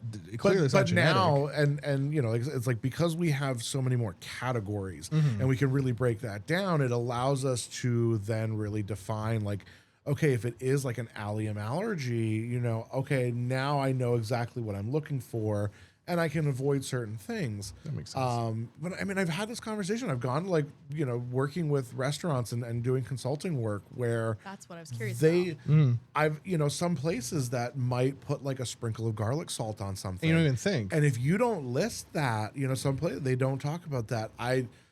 For a brief while before I jumped into social media full time, I was training for a chain restaurant that Okay. opened up in the area, and I won't mention them because they're actually a good chain. I do like them. But there was some garnish that they put on, like, everything. Right? And they So, didn't like, think they're all of just- their fries go out with this particular garnish. Okay. And I'm like, why don't you list that on the menu? And they're like, well, it's not a thing. And I'm like, but there's allium in that. And I'm like, there's a known food. I was like, we literally spent the first day of training This is so crazy. talking That's as they were wild. opening up this restaurant. I was like, we spent the first day of training talking about food allergies, and allium is on that list. And I said, do you know that this particular they topping didn't. contains allium? And again, this is a chain. And they're like, well, corporate basically said that we don't have to do that. I'm like, It's like yes and no. okay. And I'm like, you should probably tell people about should that. probably let Like, them it should say it somewhere. I think people are very lenient too. If it's not, like, this is so dramatic, but if it's not, I mean, obviously it's a hyperbole, but if it's not going to kill you, I think they're very much. Yeah. Because what happens with me is I can have two, and if I have something with tomato, right, or if I have something with a ton of onion or a ton of garlic, it depends. I can usually taste it now because it's been years and years and years Okay. of it. Because, like, I used to go to the emergency room for all of my no issues, fun. but I get shoulder pain when I have it and neck pain. Like, that's my Well, after- reaction okay. after consuming it. So That's I can usually crazy. tell if I have, like, a dull ache versus it'll then turn into. But that's all it's ever going to be for me. I'm So trying I to feel like think the to a correlation between the restaurant's, body like, liability, response. they're just kind of like, well, she's just going to get red and have a shoulder pain. Like, I've learned a lot about that just going out there. Like, well, not. Yeah. She's wild. fine. And I think, like, a lot of places tend to, like, overlook little things. Yes. And I like Worcestershire sauce, Worcester sauce, Yeah. right? Worcestershire. Did her? Okay. There's fish in it. Did not know that And- until literally Right? just now. Fish and soy. Oh, dude, that's I didn't know there's. the fish, though. I didn't Yeah. know the fish. The soy, I was Yeah. aware. So Worcestershire generally has a trace amount of fish in there. There's Okay. Anchovies. Anchovies are at the base of Okay, that. now that makes sense, There's a but- lot of places, and you may not know this, that put Worcestershire sauce in their burger mix. Yes. Okay, Roughly, that yeah. makes sense. Yeah. Yep. So, it's things like that. But you and don't it's something think. and that's something that's not going to get listed on a menu generally. Right. Because it's something they're doing. They're almost like, in we're And I've just just passing. figured out where seasoning I the can eat burger. based Yeah. on what bothers me or Jesus. not, and that's not necessarily. So I think that's just a me problem. But it's interesting having the same conversation with people that have real knowledge. Of Yeah, like, it I knew because none I'm of what like- you just threw right, out and there. I'm like, well, I know just because of years and years and years of living it. But now getting to enter the restaurant space myself, it's interesting having that backhand knowledge of it too, because I'm like, well, I don't want to be in pain when I'm eating. That's the other Yeah, thing. That's absolutely. silly. Like, Your symptoms But not only that are is like, yeah, that's or like not weird. knowing I'm going you to be in could walk pain. away from an experience like that and Yeah. you're like, oh, like I thought that this was good, and then you're like, I had a really bad experience. I got really sick. Like I didn't know. And you may not. And again, depending on the severity of the allergy, like somebody might have like a mild seafood allergy. You walk away, you get a little sick from that burger. You're like, But like, who would have said the shoulder pain was equated to the fact that someone dumped a little that? Like Worcestershire, you're right. Yeah, you're not going to correlate that because that symptom, You know, and could that's be something like anything. when I talk to people about like wild. building menus and building recipes and looking at all that, I'm like, you need to look at every single item and everything that's in it. If you're putting mayonnaise on something, Yep. what's in the mayonnaise? Because if it's a mayonnaise that is actually made with a real egg base, egg is a big allergy Yes. nowadays. Yes, it is. And I feel like a lot of places are probably letting that slide. right, but again, for sure. just like this, it's a lot of the hidden stuff comes from like sauces, condiments, that kind of thing, because people aren't necessarily disclosing that all the time. Well, but you the know? other thing you brought things up- like mayonnaise yeah. could be used to just kind of like mix into something, and they don't think about it. Well, the thing you like a brought up is they binder. said that level wasn't at. That's the other thing when they're like these levels aren't problematic. Well, they might be for somebody. They Right. might not be for the general, public, but that might affect one person, and Yeah. you can't make that assumption based on a number that does not apply to But everybody. I always look, I look at it from the customer service aspect too. Is like even the person with the most mild allergy is like, I don't want them to experience No, that. I don't want exactly. them walking away See, from that and that's having where that I think, experience. like being that teacher sense and being able to I want to consume as much knowledge about things as possible. So if I then know something, like I was so embarrassed by that celery seed situation that I then dove into learning about hot dogs on a insane level. But I think that that's what people need when you're dealing with other people, because I think consideration. I think people forget too, and that's what I think I like about Recipe Phillies. It's an experience, exactly what you said, Nick. It's an experience. Like when you go out to eat, it's an experience. And when you were like, this is like how I'm changing how I'm eating. It is an experience when you're consuming something, especially in this economy, if you're paying money for I was it. going to say that Absolutely. triggers. I honestly think that might have shifted how much focus went on the experience as well as the cost of things. Yeah. Because you start to associate like, oh, I paid this much. I kind of want my experience to match that level of what I paid. Sure. And with post COVID or everything, all the nonsense that's happening with whatever. I'm not going to dive into that because that could be a whole nother episode. But like fast food and like mid level, like these restaurants pricing wise are so close now. Absolutely. And then you start equivocating your experience to the monetary value that you put out. So then that is where your opinion derives as well. Like I would even argue that in the movie space, like when movie tickets and all that stuff went up higher. Oh Yeah. yeah. People became more critical of the movie. They're like, I spent $60 and this movie was okay, but it wasn't great. It sucks. Like that's Why the am same I thing going that's to happening. the theater for that? That's exactly what. Yeah. So that's translating over into, the food space. But I think it's the food renaissance thing, like we've discussed several times. Yeah. It's still happening. So I'm going to take that, like Wawa, dude. I went to Wawa with Charlotte and Sarah. We all got food, and they're like, oh, it's $47. I'm like, Jesus, fuck, when the fuck did that happen? And now I'm like, that $47 could have gone to like a Sylvia's or something like this. Yeah. Stupid. Like I'm going to move on. And And I'd that's rather why. it be And that that's way. why I put that big push on supporting the local Yeah. small businesses, because you're going to spend the same price. Okay, here's a great example, right? So Concordance Ferments, right up the road in Hatboro here. Fantastic Yes, spot. Amazing. Their most expensive entree on their menu is only $19. yeah, and their food is amazing. And their food is coming out at like top tier level stuff. Like that's what I when I look at Hatboro, I'm like, that is the nicest restaurant in Hatboro. We went there on when it first opened. It was probably like within the first couple weeks, but we went there with, Sarah's brother, his wife, Charlotte, and me and Sarah. And like the space is great for that too, because we didn't sit at a traditional table. There is the restaurant upstairs, but there's the downstairs. And we sat at like a couch with a couple Oh, tables. yeah. There were games. So Charlotte not only was engaged, we could play games. We all got to sit there and talk and have our time. And the environment, like you can choose which experience you get. Absolutely. There's outdoors. That place is That place is built for the experience. It's across fantastic. the board. They really did that well. And that's something that I really preach is like, you absolutely still, yes, food costs more money these days, but you can absolutely build a five-star experience Oh, for sure. on a budget. Well, That's you- same you've money at seen- Wawa. Sorry, I didn't that's- mean to cut you off. No, The same money at Wawa to Concordance. Yeah. I'm like, I feel like Exactly an what I idiot was at gonna times. say. Like, but I only did it because it was quick and convenient. And yeah, did I Yep. want to sit down with Charlotte? No, that factors in when you have kids. But for I'm at the same time like, damn it, I just spent $47.50 at Wawa that I could have taken somewhere else Yep. had I had the time. But like, you can get. they screwed themselves. Like the convenience stores and other stuff they're outpricing, and I'm gonna go support local when I can. That's where I get frustrated, I think, too, because, and I think in the Glizzy Girly's journey, I think it really naturally told its own story and then evolved into making one, because the two worst hot dogs that I have ever had are Wawa and Sonic. Dude, they're the worst. Wait, I used to love Sonic hot dogs. Which one was like the one that I saw was visibly gray or green in the video? I was like, please tell me she didn't fucking eat that. And I did eat it. Sonic. Sonic. I was like, Yeah. oh no. Yeah. I used to be that person. It was like, you come home off the turnpike and you pop into the Sonic drive-through and you go right there, and it would be like, great, but like, as you know, and to your that's point, like a $5 right, hot dog. right? That Fuck outta here. Yeah, but like to your point, right? So like, in terms of like not making substitutions, but also educating yourself about food in general, and really trying like actual well-cooked food is like. Growing up, I'm like, the Sonic hot dog, that's awesome. That's amazing. And then you have like a beautifully like grilled, curated hot dog, and you're like, oh man, that's shit. And they're like maybe $1 or $2 swing off. I'm like, Yeah. God damn it, I was messing up. So bad.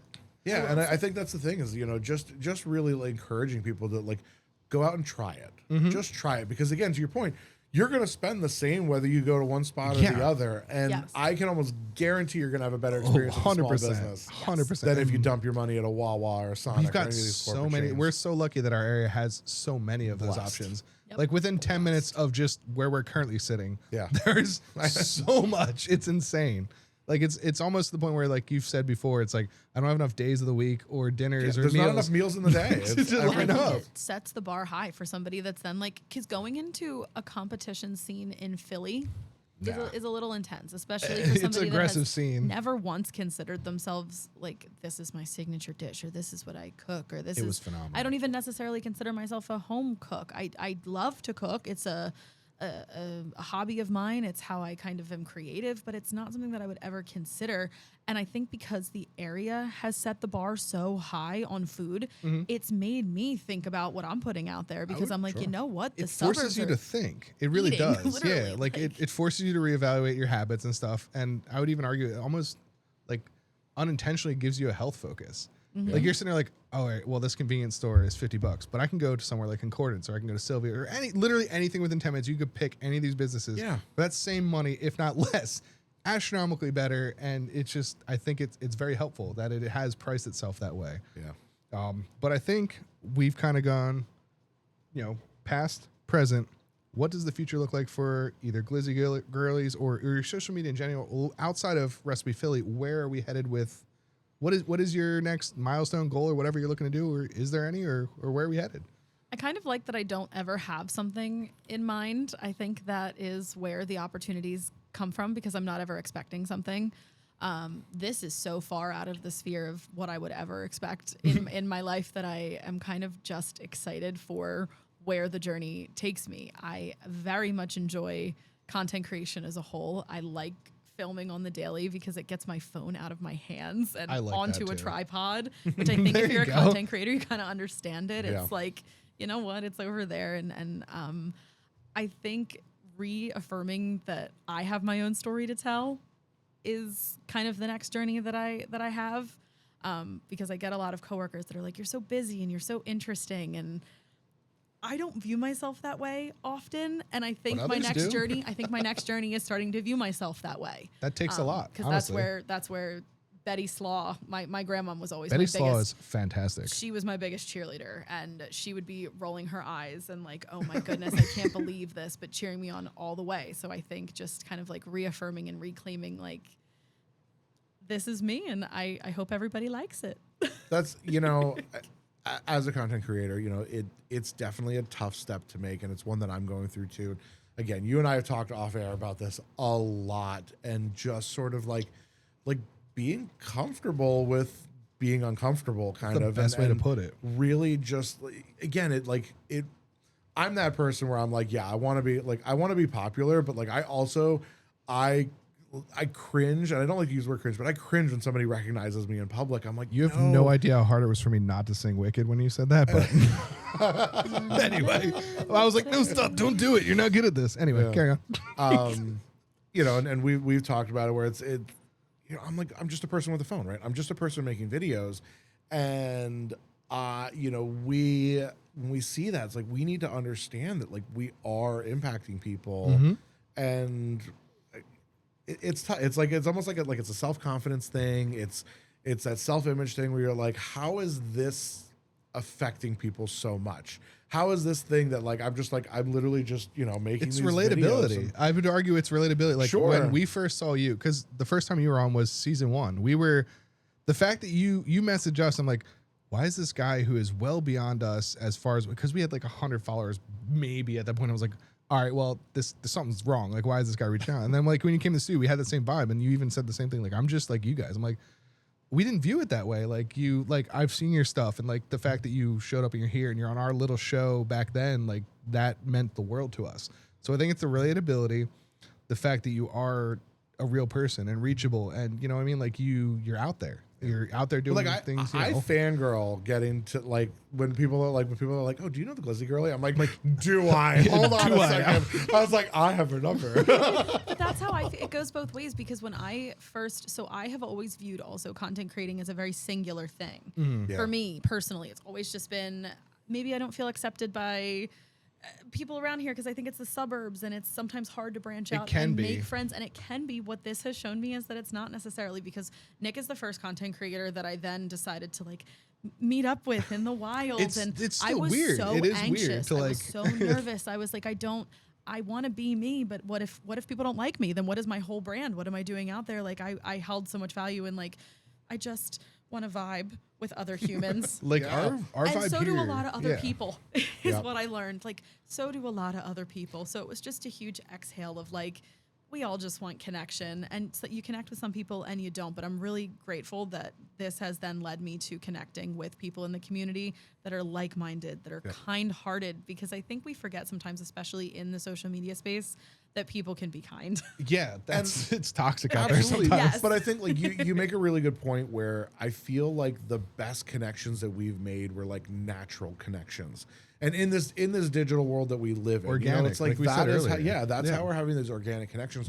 Where I do see on the other end, you know, there are creators out there that are almost like forcing interaction, and it never goes well, right? You know, nobody wants that forced, you know, sort of arranged marriage kind of relationship. Yeah. But the ones that have happened naturally are the best ones. I mean, like you and I connected so well. I mean, same thing here with the podcast. I don't even know like, how it happened, but it right. did. And organic. I'm like, you guys are people that I talk to on almost a daily basis. Yeah. And I value opinions of. And absolutely, you know, it's like I reach out to you all the time. Where like, you know, we will talk ideas, we will talk through things, and you know, we can have sort of that intellectual discourse about what we are doing. And we come from like, you know, we come from drastically different all over the place, worlds. But to be able to connect like that and be like, okay, cool. Like, you know, this is a really great friendship where you're like, hey, yeah, let's meet up for coffee. Let's do whatever. You know, it's like we hang out and we do these sort of things.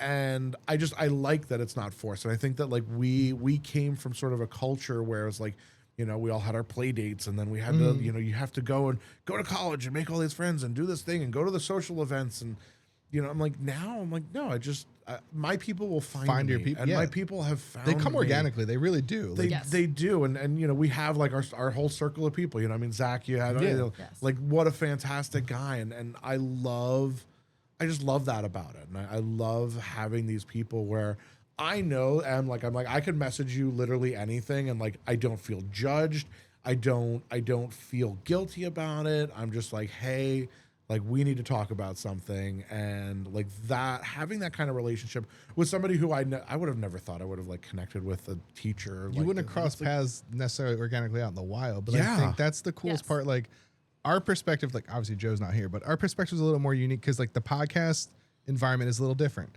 So like I'm not out there in the wild specifically doing food content, but I'll bring food content creators on, or I'll bring, like we've had, if you look at our guests, no two are the same. Right. And I love that I can just do that. And I'm not stuck in a specific space, but then I learn about all these spaces, and we get into all those communities, and you build like this inner circle. And I think that's the only way. I don't want to say micro or macro influencers because I don't like giving terms to that, but the only way that you're going to beat out the big people that are paying the money or they're doing the things to get to those 300, 400K followers is by building that community, because you can't buy that. You can't. You can buy ghost views and ghost followers, and you can get your numbers up, but you can't build. And again, small scale, but we're sitting at this table. You can't buy that. Yeah. The interactions are like the connections and things are the things that are going to supersede that, whether they do, long term or quick, whatever. You can't buy that. And that's the one thing that I love about this is just bringing having you guys on, we've crossed paths through social media, but then we come here and then have interacted at least once a week with everybody who's ever been on the show, one way or another. There's comments, likes, talking. It just, you can't fake that. That is a natural relationship that comes from just candid conversation, just sitting here around the table and just whatever happens. That's why I love this format and love that it lets us go into those spaces and bring all those spaces together and just see where it all goes, which is crazy. And I think that's a good sign to for people that are out there that are watching, the podcast or your content or my content is hey, shoot us a message. Dude, we're people. I will respond. I am so happy, as I've started going into the theater community and these people that are oh my God, hey, did you, I do my theater roundup every week and they're like, hey, my kid is in this show. I'm like, bet. It's on the list now. Exactly. It's there. And I'm going to make a point to go to the show because that's awesome. I love that. Right. And that's really all it takes, and you go and you see that. And I love, somebody will message me, hey, I love your content. Cool. What's your favorite restaurant? Yeah. Tell me about it. I want to know. Dude, where other people are going. At the end of the day, we're regular people who just sit in front of a camera. Yep. And numbers may separate it. You might look we were making, not, I want to say a rookie mistake, but when we first started, I was there's no chance we could ever talk to these people or no chance we could ever bring these people on the show because they're 13K and we're 100 and we're this.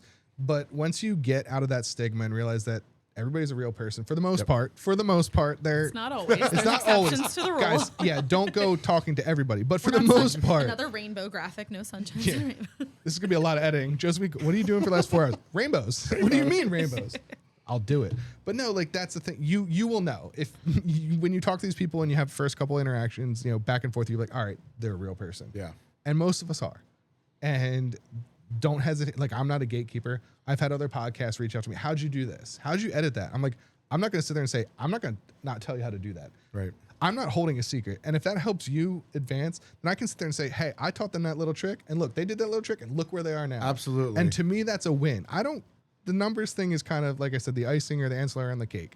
And just having these conversations and the connections and things that is priceless to me. Absolutely. If anything, and this is a documentation, I always compared it to my parents used to film everything when we were little. To have the old VHS camera. My dad be like, yeah, let's go to the zoo. And I'm like, yeah, was that a bazooka? The over the shoulder VHS would be halfway through. Hold on, I gotta change the tape. Gotta change the tape. Is this long players? I don't know. Whatever. But anyway, this is at face value. If this is all that is a archive of interactions and hangouts and conversations I had, that's a win to me that I can go back there and look at this in 5, 10, whatever, and say, dude, that was awesome. We just spent time with these people, had a genuine conversation. That's the win. Everything else is just icing on the cake. Absolutely. And I very much appreciate you coming through. I'm glad we finally made this work. I know we go through these Thank gauntlets you. and it is an attic studio, but it is an attic studio that I love. Absolutely. It's grown. It's been wonderful. It's a great space. I love this space. I tell you, I geek out every time I come here because I've lived in the same home my entire life. I'm still in the house that I was raised in, and my classroom has no air conditioning. All right, that's rough. No, So this is spectacular to me. It's luxury. It's like a 5-star resort. The first time Nick came through, it was, you got to go. There was Charlotte's Toys. Like, Nick, don't worry, don't fall. The lights were all in the same spots, but it was, if you put a camera this way, you were done. Yeah. It was Toddler Toys. It was like, it was like the aggro crag for that one. If anybody's got that reference, you were climbing through stuff. But I'm very glad you came on. I'm sure this won't be the last time we cross paths. Best of luck in Recipe Philly. Absolutely. We tasted the dog. If that doesn't win, I don't know what the hell they're doing. They're obviously don't know what they're talking about. I want you to win just so I can say that I know you. We tried that. I'd be like, months yes, ago. but I was there. You are the first people that I've ever transported That's this a dog privilege. to besides the restaurant. And it was you talk phenomenal. about supporting our people, but I'm gonna watch every bit of it. I want to see you go 100%. Every time one of you guys I'm on Positivity, I'm I'm gonna watch that. I'm sitting there working. I send pictures of Nick. Hey, look, you're on TV. Just blasting everybody. Yeah, I know that guy. I He had was my here. mom record it. Dude, yeah, I do the same thing. I'm fangirling. Well, and especially too because Nick, when we first met, you were like, I'm trying to branch out of just being a food creator. You are more now- than a food creator. That's inspired me, and I'm sure so many other people too, because I think especially like since 2017, I've thought, oh, maybe I just have one avenue as a teacher. Okay, I have another avenue. It's me as a human being. Okay, now I have a hot dog avenue. Is that enough? Which is also avenues? kind of you as a human being, but holding hot dogs. Right. It's just whatever. It's just your avenue is whatever you put out, and people that click with it will click. So thank you for having me. I would argue the best advice, like you nailed it. Film it. Turn the camera on. What do you got to lose? And worst case scenario, Just whatever. do it. Yeah, you don't know until you try, and you can't talk about it until you've tried it. So, thank you for being on. We're gonna cheer you on for that show. I can't wait to see it. And I think I got some applause. I almost hit a fart. The fart would have been such a downer. It would have been very on brand though. That would have been. All right, we are back, and I got to tell you, like I said earlier, like this was an interview that I was really looking forward to. Em is somebody I've known for a while now. We connect on so many levels, and getting to taste a glizzy, Dude, from the Glizzy Girly, legendary, and it was phenomenal. I'm not a coleslaw guy, and that changed my opinion on coleslaw. I know that people get on me online all the time. They're like, you never post bad reviews, or you like everything. I'm like, first of all, I'm not gonna post a bad review because I don't want to put a blemish on a business. Yeah. But I also at the core of everything, I appreciate food being made for me, and that I think what I really loved about what she's doing is it does have that story behind it, like she was talking about, but. It really is it's got that homey vibe, but on a little bit of an elevated level, and I think she's executing this really well. I do believe that she's going to go far with this recipe. If that contest and that show is as advertised and sold, there is absolutely no reason that she doesn't make it far, because that hits everything we discussed. Yep. It's got the story, it's got the nostalgia, it's got the handcraft. It just feels why I'll go to soul food or stuff like that is because it feels like home cooking. You feel like you're at home, and that felt like a dish that it just felt good. That's, I think some of my favorite places around town, we've talked about, and I know that you've even had here. So you people like Silvio's and Baked by Michaela and those types of things. I always say, I'm what I love about what they are putting out is it's home cooking on a professional level. And I love that. I love that. It's refined home cooking, and it makes me feel comfortable. And as somebody who I'm the primary cook at home, so not having to cook is always an advantage to me. But also having been a chef as long as I was, I am a little picky about where I'm going specifically. But you also get to be a part of that story. We tried her grandmother's coleslaw, and she there's. It might sound simple on paper, but there's so much history that went into just that topping on and that's just one component, which is amazing. Yeah. Yeah. And I think what's really cool about her doing that is she's adding to the story of it, which is really great. It's almost a generational hot dog. Yeah. Look at that. Yeah. That's crazy. So I brought along a little treat because I wanted to extend our food venture. You know me, I love here. little treats. I've been hitting up the farmers markets lately, which is a great opportunity to support your local businesses. 100%. Everything and it's that all in one place, guys. Yeah, all in one place. And what I've really found is, listen, I go out to these restaurants, I go out to the local brick and mortars, and the people there are awesome. Nobody appreciates customer appreciation like the people at the farmers markets, the ones that are out there hustling all the time. They love it, and this is the best way to support our communities. There's so many fantastic ones that are out there. So stop by the Horsham Farmers Market this morning. This is a really cool dude. Just started getting into this recently. Okay. He's got some sourdoughs. He does bagels. He does a whole line of stuff. You know me, I love my sourdough. It's AJ Sourdough, and I know we'll throw up the tag on there. Of course. So I saw him today, and I saw him making this online because I love when they tease it throughout the week. Oh, dude, and then I'm gonna be I need that. That Wednesday afternoons I'm looking for Michaela's drop. Fridays Dude, I'm always looking for the farmers market drop. Every time, I'm like, I'm sitting there media. I'm always doing the refresh. I'm waiting for everything to come up, and I'm like, girl, because we're friends. I'm like, why can't you just text us to me ahead of time? I need to know. I appreciate the trailer, but I'm gonna be there every Thursday. I'm like, it's such a routine now. Yep, need that.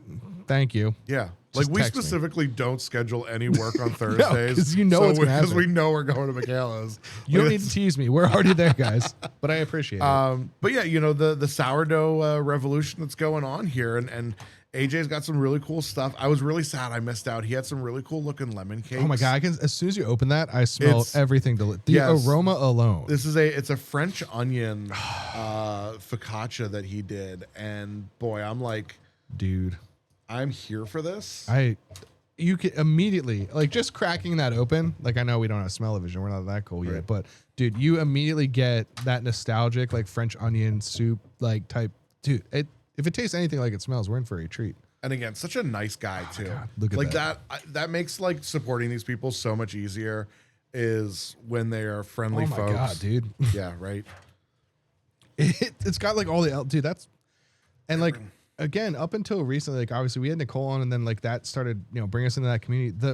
The variation. I did not know the variation and what you could and couldn't do with sour. Like it blew my mind, the savory flavors and then the sweet. Like there is endless possibility. Like there's nothing really you can't do, and it's wild. I mean, at the end of the day, right? Like, what is sourdough starter but water and flour? Yeah, that's all it is, and using it on different levels is really cool. Oh my God. I've I seen cheated. I people did a use crumb. it. Holy shit! Sorry. I've seen people use it as like a sauce thickener, like using it to start a didn't even think roux, about that. and like it's so versatile, and I get to see. I see so many different bakers at these markets, and everybody is doing something different with it. That's the other thing that's cool about it. Like you could have multiple sourdough bakers, and they are unique because it is like, dude, I know, right? It's like a pocket. The of starter is unique to the person, and then what they do to it, even if they do a similar flavor, it's still a variation. Wait, do you know the name? Like a lot of people name their starters. No. Did you know this? No, I do. So do you know the name of my starter? I will shortly. Okay. So I put a poll out there a while ago, and I actually inherited my starter. So a friend of mine from California, Katie the Millennial Mom, that's her tag. So she was doing some baking content for a while, and she sent me her dried starter, a portion of brought it back. but she didn't have a name for it. So I was like, I'm gonna name mine. I love this and I concept. have a little bit more in the freezer still that I have to bring back to life. But the name that we settled on was Lin-Manuel Miranda. I love everything about that. Yep. I was thinking, I said I think that like the child of it might be Steven Sourdoughheim, sticking with the musical theater theme. Possibilities. I love people get like so punny with their sourdough names. That's another thing I was gonna say. The community, whether like Nicole fires off sourdough puns, but it's not just her. Everybody it must be a sourdough thing because they're pun masters. They really are. Like I look back after I watched the clip we have with Nicole and rewatch it, and I caught things that she threw out there that I'm usually quick with it. She was firing them off to the point where I wasn't catching it. So sourdough guy, you guys all rock. Absolutely. And we're gonna dive in It here. takes so much patience too. Cheers. Get in there. Looks good. Oh man. Oh god. Oh, dude.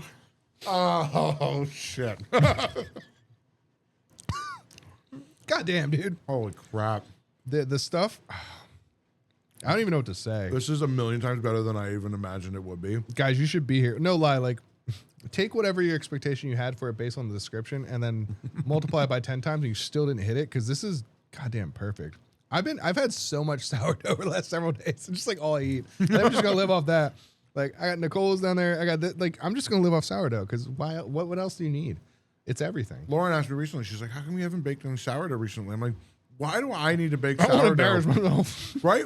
I'm like, why do I need to bake sourdough when I have amazing bakers all around me? Dude, With cheese on top of this too. I would love to try and be able to describe this with any justice, but oh my God. Like seasoning perfect. It's got like it's very moist. It's not, dude,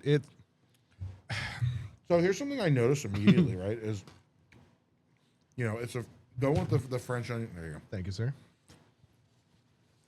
Because I've seen some like French onion focaccias where they might just put some caramelized onions and cheese in there. No, dude. The flavoring, like the herbs that are in here, the herbs and spices, it's so like so fresh, good. and it is seasoned like a French onion soup. Like no lie, every deeply. bite I would be really surprised if he didn't use like a beef base, dude, something in the bread, because that's a really fun thing to do too.